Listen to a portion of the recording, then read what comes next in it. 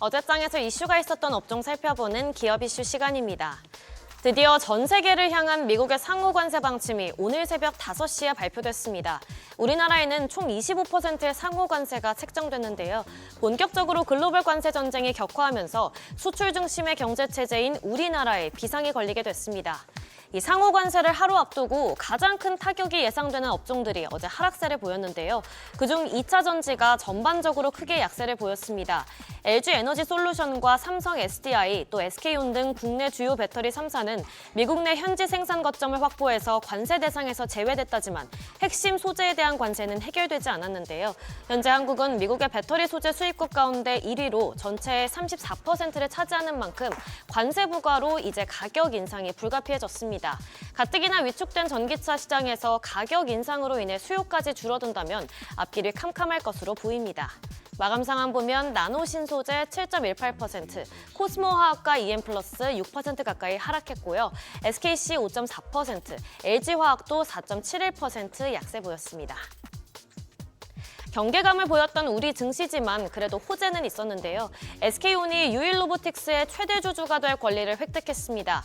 이로써 향후 15년 내에 600억 달러에 이를 것으로 전망되는 휴머노이드 로봇 시장에 삼성과 LG에 이어 SK도 참여함으로써 휴머노이드 로봇 시장의 판이 커질 전망인데요. 그러면서 이 소식에 약세였던 로봇주에서 관련주들이 크게 올랐습니다. 유일로보틱스는 SK온의 미국 법인인 SK배터리 아메리카와 최대 주주 변경을 수반하는 콜옵션 계약을 체결했는데요. 앞서 SKBA는 지난해 5월에 2대 주주가 됐는데 콜옵션까지 행사하면 지분율이 36%로 늘어 최대 주주가 됩니다. 현재 SKBA는 미국 조지아주 배터리 공장에서 유일로보틱스 제품을 활용하기 위한 성능 테스트를 진행 중입니다. 마감 상황 보면 유일로보틱스 17.18%, 신플랫폼과 UDM텍도 16% 넘게 올랐고 산돌은 8.02%, 엑셈도 3% 가까이 올랐습니다. LNG 관련주도 급등했습니다. 최근 마이크 던립이 미국 알래스카 주지사가 한국을 방문해 알래스카 프로젝트에 관해 한덕수 대통령 권한대행과 안덕근 산업통상자원부 장관과 논의를 나눴는데요. 그 이후 가진 국내외 인터뷰에서 던립이 주지사는 한국이 LNG를 구매하지 않거나 구매 의사를 명확히 하지 않는다면 이것이 무역 적자 해소에 도움이 될 수 있을까요? 라고 언급한 바 있습니다. 이처럼 한국의 참여를 요구하는 미국 측의 메시지가 분명한데요. 우리나라 역시 대미 관세 협상의 레버리지로 활용할 수 있다는 점에서 미국의 요구를 무시하기가 어렵죠. 그러나 주요 정보들이 불확실하다는 점에서 우리 정부도 부담을 가질 수밖에 없는데요.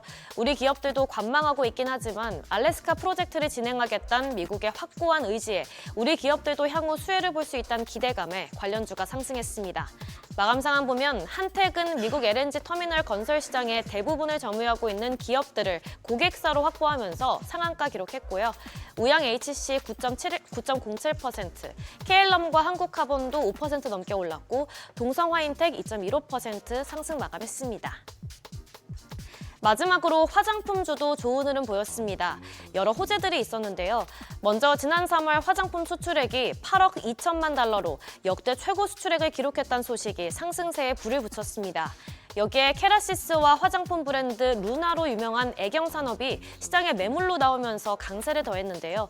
또한 관세로 인해 현재 변동성이 높은 증시에서 경기 방어주인 소비재주로서의 매력도 높은 상태인데 최근 공매도 재개에도 화장품 기업들은 대차 잔고가 크게 늘지 않아 변동성이 생길 위험도 낮습니다.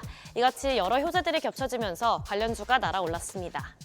마감 상황 보면 내추럴 엔도텍 14.42%, 애경산업은 11.17% 올랐고요. 펌텍코리아 8.87%, 마지막으로 글로본과 네이처셀도 모두 6% 가까이 상승 마감했습니다.